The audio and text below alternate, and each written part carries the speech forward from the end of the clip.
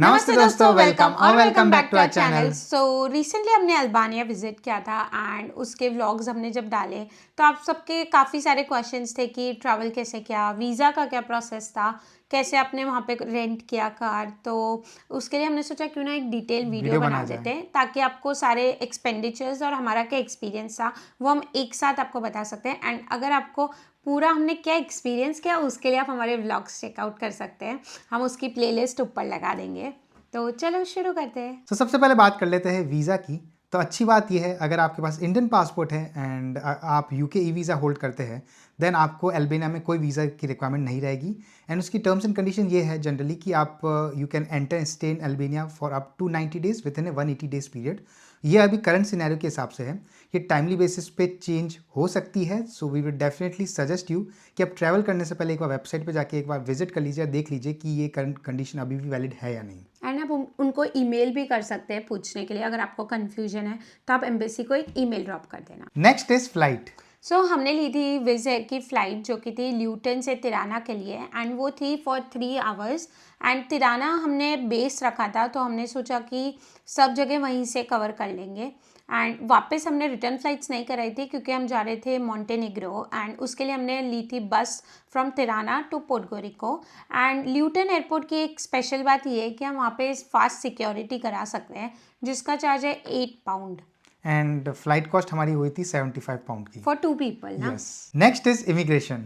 सो immigration of course सबका subjective होता है क्योंकि सामने कौन बैठा होता है तो वो अलग अलग क्वेश्चंस पूछता है आपको। तो जब हम गए थे तो हमारा उन्होंने चेक इन काउंटर पे ई वीज़ा चेक किया था। तो अब मेक श्योर करें कि आप ई वीज़ा डाउनलोड करके रखें और अगर पॉसिबल है तो उसका प्रिंट आउट भी निकाल के लेके जाएं। एंड कभी कभी वो आपको बोलते हैं कि आप फ्रेश ई वीज़ा मतलब शेयर कोड जनरेट करो उनके सामने। तो मेक श्योर करें कि आपके पास इंटरनेट का फैसिलिटी हो और अगर इंटरनेट नहीं होता है तो वहाँ के वाईफाई से कनेक्ट करके एयरपोर्ट का जो वाईफाई होता है, क्योंकि ऑलमोस्ट हर एयरपोर्ट पे वाईफाई फ्री होता है। पर ये चीज़ इंपॉर्टेंट है कि आपके पास ई वीज़ा होना चाहिए क्योंकि वो लोग चेक करते हैं। अब बात करते हैं होटल या एयरबीएनबी की। तो हमने डिसाइड किया था कि हम सेंट्रल में रुकेंगे बिकॉज सारे मॉन्यूमेंट्स सेंट्रल में हैं। स्पेशली आप भी बुक करें तो स्कैंडरबर्ग स्क्वायर के नियर में ही बुक करें क्योंकि हमारा वहाँ से सिर्फ 15 मिनट वॉक पे था एंड हमको कहीं ट्रांसपोर्टेशन लेने की नीड ही नहीं पड़ी। कुछ ही चीज़ें जो दूर थी उसके लिए हमको ट्रांसपोर्टेशन यूज़ आया, अदरवाइज आप सिटी सेंटर में रहेंगे तो बेस्ट है। एंड इसका हमारा जो कॉस्ट आया था वो आया था 175 पाउंड फॉर 4 नाइट्स। सब बात करते हैं सिम की। तो हमने ली थी ई सिम। तो ई सिम का एक ड्रॉबैक है कि आप उससे कॉलिंग नहीं कर सकते, सिर्फ आपको डेटा मिलता है। बट मुझे लगता है उससे भी आजकल सारा काम हो जाता है क्योंकि अपने पास व्हाट्सएप और वो सब होता है। तो हमने लिया था वोडाफोन का ई सिम। आपको वो ऑनलाइन भी मिल जाएगा एंड एयरपोर्ट पे भी मिलता है वहाँ पे। बट एयरपोर्ट पे सब एक साथ निकलते तो काफ़ी लंबी क्यू होती है, तो इससे बेटर है कि आप उसको ऑनलाइन ले लें। एंड आप अगर अपनी कंट्री से लेके जाएंगे तो मच बेटर है क्योंकि वहाँ जाते ही वो अपना एक्टिवेट करना इजी रहेगा। इसका हमको कॉस्ट लगा था 10 पाउंड्स। सब बात करते हैं मनी एंड करेंसी की। तो वहाँ पे 2 टाइप की करेंसी चलती है, lake and euro. But lake एक क्लोज करेंसी है, मतलब आपको पहले से आपकी कंट्री में वो नहीं अवेलेबल होगी, वहाँ पे जाके ही आप विड्रॉ कर सकते हैं। तो अगर आपको वहाँ पे जाते ही कोई ऐसा नहीं चाहिए कि हमारे पास पैसे नहीं हो तो आप यूरो लेके जा सकते हैं, वो भी सारे टैक्सी वाले आपको यूज़ करने देते हैं। बट अगर आप कुछ भी करेंसी नहीं लेके जाते हैं तो आप वहाँ पे जा रहे हैं, तो हमारे एक्सपीरियंस में हमने ये किया था कि वहाँ पे जब टैक्सी हमने बुक की थी तो हमने उसको बोला था कि आप प्लीज़ एक ATM पे रोक देंगे ताकि हम कैश विड्रॉल कर सकें। तो वो प्रोसेस भी आप अप्लाई कर सकते हैं। Next is exchange rate. तो वो जो रेट रहती है वहाँ पे 1 pound is equal to 110 lek रहती है अप्रॉक्सीमेटली। तो आप इस हिसाब से अपने एक्सपेंसेस जो है कैलकुलेट कर सकते हैं। अब बात करती है एटीएम फीस की। तो वहाँ पे ATM चार्जेस थोड़े बहुत लगते हैं। तो आप मेक श्योर करें कि अगर आप एक ही बार में ज़्यादा अमाउंट विड्रॉ कर लें, आपके एक्सपेंसेस कैलकुलेट कर लें कि आपका कितना एक्सपेंस होने वाला है, उस हिसाब से आप विड्रॉ कर सकते हैं। वहाँ पे जो मोस्टली ATMs होते हैं वो आपको लेक ही देते हैं, बट कुछ ATMs है जो आपको यूरो भी देते हैं। हमने एक वो अपने व्लॉग में बताया है, तो आप वो भी चेकआउट कर सकते हैं। क्योंकि अगर आप लास्ट डे पे हैं एंड आप दूसरी कंट्री में जा रहे हैं जहाँ पे यूरो चलता है तो आप यूरो विड्रॉ कर लें, लेक विड्रॉ नहीं करें। एंड दूसरी बात ये हो जाती है कि वहाँ पे कैश जो काफ़ी यूज़ होता है, मतलब लोकल वेंडर्स और टैक्सी वाले कैश पे ही काम करते हैं। तो मेक श्योर करें कि आप कैश विड्रॉ करें एंड स्पेशली आपके पास चेंज होना चाहिए क्योंकि टैक्सी वाले अगर आपने बड़ा नोट दिया तो वो उतना ही रख लेंगे, आपको चेंज नहीं देंगे। एंड अगर वो चेंज देते भी हैं तो आपको थोड़ा यूरो में देंगे, थोड़ा लेक में देंगे, तो आप भी कंफ्यूज हो जाओगे। कभी कभी वो 1 यूरो इक्वल्स टू 100 लेक मानते हैं, राइट? हाँ। बट कभी कभी वो नहीं मानते, तो वो अपने हिसाब से करेंसी का रेट चेंज करते रहते हैं। सब बात करते हैं transportation system and that too within Tirana. Bus system हमें बहुत ही अच्छा लगा, कनेक्टिविटी बहुत ही सही थी। एंड सबसे इंपॉर्टेंट बात, बसेस में जो है कैश चलता है, कार्ड नहीं चलता है। तो जैसे आप बस में एंटर करेंगे, कंडक्टर आएगा, देन ही और she would ask for the location, फिर आपको पेमेंट करना पड़ेगा and then you will get a paper ticket. और उसके अलावा भी अगर आपको तिराना एक अलग तरीके से एक्सप्लोर करना है तो हॉप ऑन हॉप ऑफ बस का एक ऑप्शन रहता है, उसमें आप डे 1 या डे 2 टाइप के टिकट्स ले सकते हैं और उस हिसाब से सिटी को एक्सप्लोर कर सकते हैं। एंड वो काफ़ी मेजर टूरिस्ट अट्रैक्शंस कवर कर देते हैं। So next is taxi system in Tirana. So हमने जो ऐप यूज़ किया था वो था ये पटेको, एंड ऑल्सो वहाँ पे लोकल टैक्सीज भी अवेलेबल है जो आपको रोड पे दिख जाएगी, और उन पे नंबर वंबर पूरा ब्रांडिंग किया हुआ होता है, तो आप वो नंबर सेव करके उनको भी कॉल कर सकते हैं। हम ड्यूरेस से तिराना आए थे, तो इंटरसिटी भी आराम से आप एक टैक्सी में आ जा सकते हैं, और गामटी माउंटेन जैसी जगह पे भी आप टैक्सीज लेके जा सकते हैं।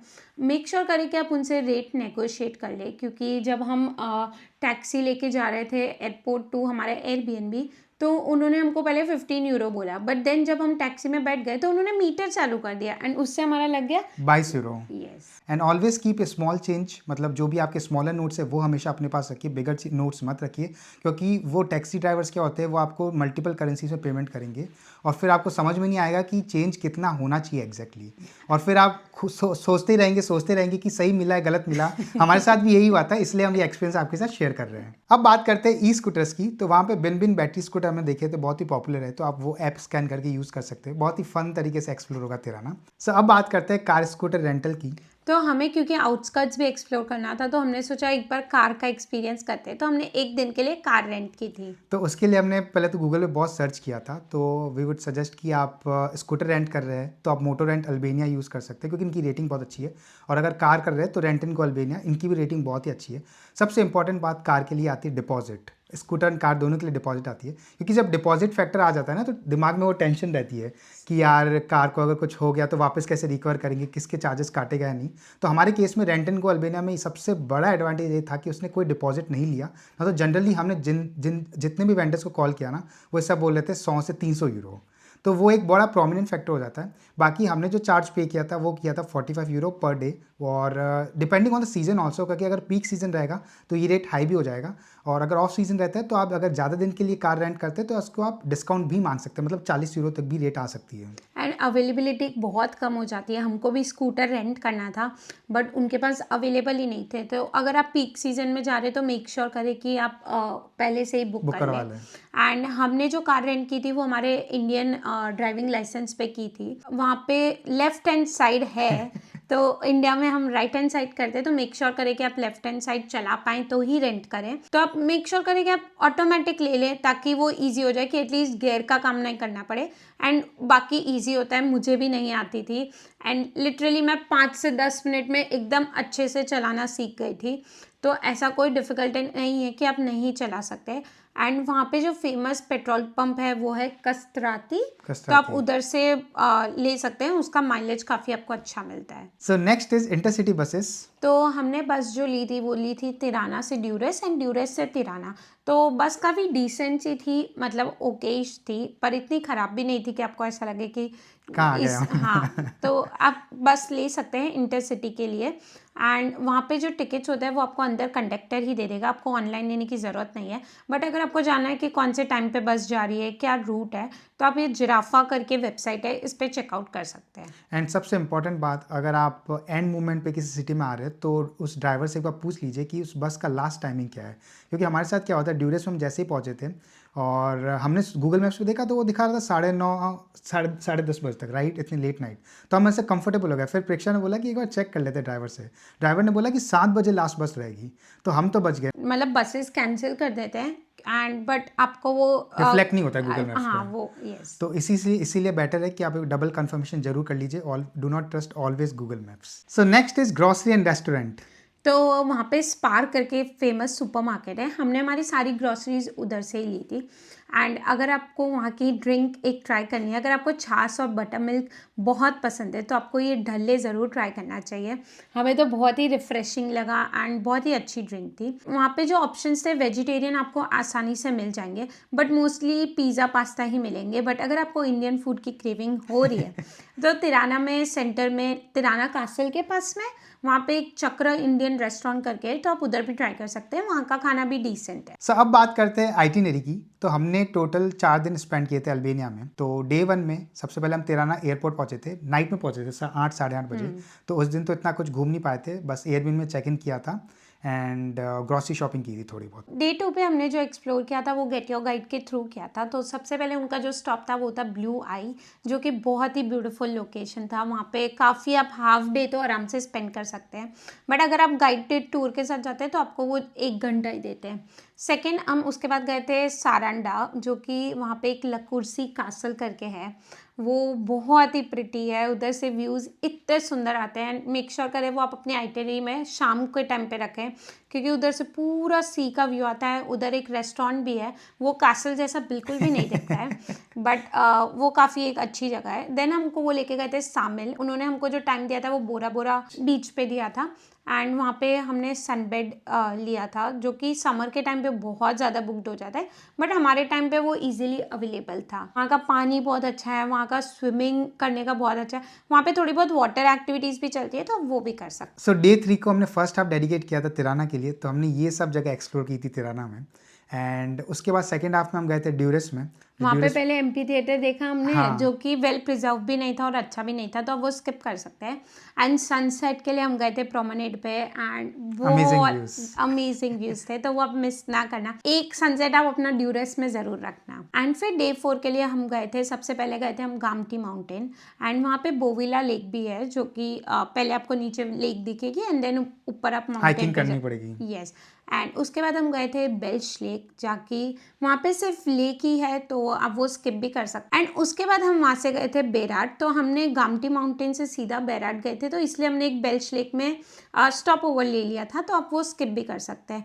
एंड बेराट में वहाँ पे हमने बेराट कासल देखा पहले, एंड सेकेंडली वहाँ पे जो बेराट फेमस है फॉर 1000 विंडोज़ के लिए, जो आपको मैंगलम आप मैप में डालेंगे तो वहाँ से आपको वो दिखेगा। तो जो सारे घर है वो ऐसी विंडोज़ इतनी सारी है कि वो ऐसा लगता है 1000 विंडोज़ है, तो वो आप ज़रूर विजिट करना। और डे 5 जो हमारा लास्ट डे था, वैसे हमने तो रिजर्व करा था कोमानी लेक एंड शाला रिवर के लिए, बट वो हम नहीं जा पाए क्योंकि वहाँ पे हाई टाइड्स हो गए थे। सो इसलिए फिर हमने तिराना एक्सप्लोर किया था एंड ये सब प्लेसेस हमने वहाँ पे विजिट की थी। एंड लास्ट में हमने सोचा कि थोड़ी शॉपिंग तो बनती है, तो हमने वहाँ पे टॉपतानी मॉल करके है, उधर काफ़ी सारी शॉप्स हैं, तो आप उधर से भी शॉप कर सकते हैं। And entry fees for the tourist spots हमने व्लॉग में बताई है। मोस्टली जगह तो फ्री थी, बट जो है वो हमने व्लॉग में बताई है, तो आप वो चेकआउट कर सकते हैं। So next is guided tours, और इसमें हमने गेट योर गाइड की हेल्प ली थी फॉर बुकिंग्स। तो हमने सबसे पहले जो किया था वो था सामिल, सारंडा एंड ब्लू आई का। ये पूरा 1 दिन का टूर था, 14-15 आवर्स का था, एंड इन्होंने काफ़ी कुछ कवर करवाया था उसमें। दो हमको वो जगह बहुत अच्छी लगी थी एंड हमको लगा कि हमने वहाँ पे बहुत कम टाइम स्पेंड किया। बट अगर आपके पास लिमिटेड डेज है अल्बानिया में, तो आप ये टूर से भी वो चीज़ को एक्सपीरियंस कर सकते हैं। सेकेंड जो हमने लिया था वो था कोमानी लेक एंड शाला रिवर का।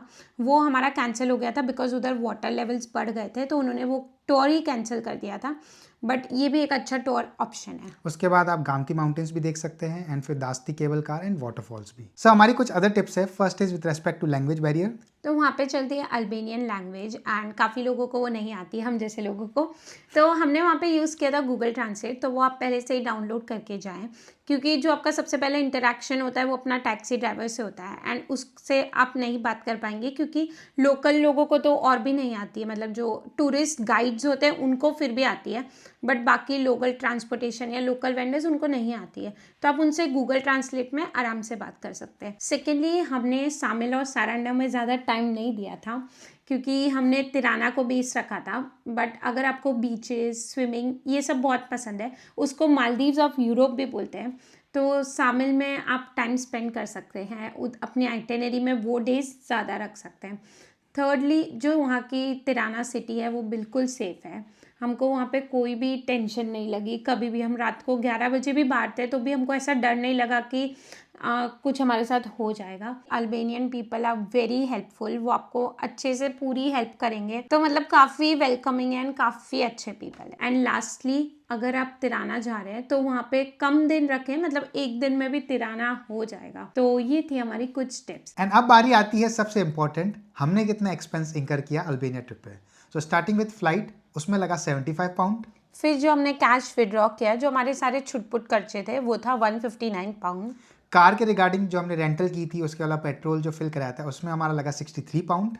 एयरबीएनबी जो हमने बुक किया था 4 नाइट्स के लिए था, उसका था 175 पाउंड्स। ग्रॉसरी का हमारा एक्सपेंडिचर था 81 पाउंड। एंड हमने जो ई सिम लिया था वो हमको 10 पाउंड का पड़ा था। एंड गेट योर गाइड का एक्सपेंस हमको हुआ 77 पाउंड। सो टोटल हुआ 640 पाउंड्स। आपको क्या लगता है, हमने सस्ते में ट्रैवल किया है या नहीं? अगर आपको ये वीडियो अच्छा लगा है तो इस वीडियो को कर देना लाइक, कमेंट कर देना कि आपको और कुछ क्वेश्चंस है तो हम आपको वो भी आंसर कर देंगे। And guys, subscribe to our channel. Thanks for watching. Bye guys.